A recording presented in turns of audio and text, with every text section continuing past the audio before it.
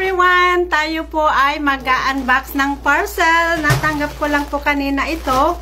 At titingnan po natin kung ano yung laman dahil nag-order po ako actually. Pero honestly guys, nakalimutan ko na kung ano yung mga in-order ko. So, bubuksan po natin kung ano nga po yung mga laman. Just to remind me kung ano yung mga laman ng parcel na ito. Ayan. So, meron pong 3 laman, guys. Oh, now I can remember.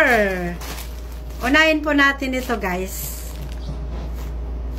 May sabing good luck.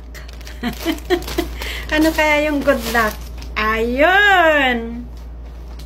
It's a shaper. Girls shaper. Alam niyo na, girls. Kailangan natin ng shaper. Pero, I will try. Ito na yung pangalawa.